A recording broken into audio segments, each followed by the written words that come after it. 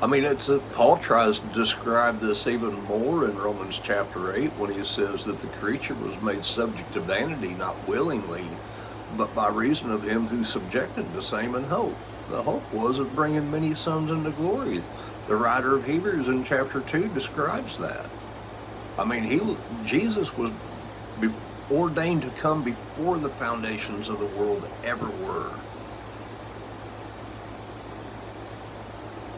I mean, we need to understand the revelation of the truth. You know, people keep getting hung up on a Trinity that doesn't exist. It just keeps them blinded to seeing the truth of what God was actually looking forward to when he planted man on this earth.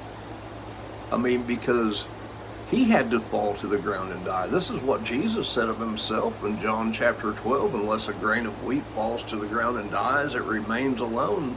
But if it does fall to the ground and die, it bears much fruit. I mean, this he said concerning his crucifixion. But this also applies to the first man, Adam. Their eyes weren't open to know their nakedness, to be able to be fruitful and fill the earth, until they ate of the tree and they fell to the ground and died. I mean, he subjected the same in hope to that short-lived existence and moral depravity. I mean, we need to understand the truth. You know, and Paul describes the first man, Adam, as of the earth, earthly. Howbeit that which was spiritual is not first, but that which is natural, and then that which was spiritual.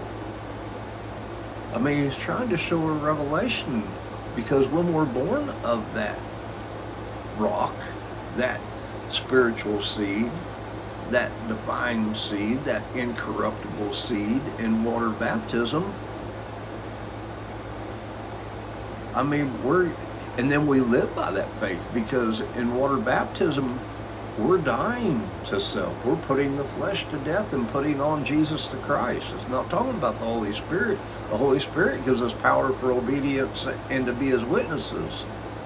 But we're being born of him, because that's where we're planting the body of sins and death.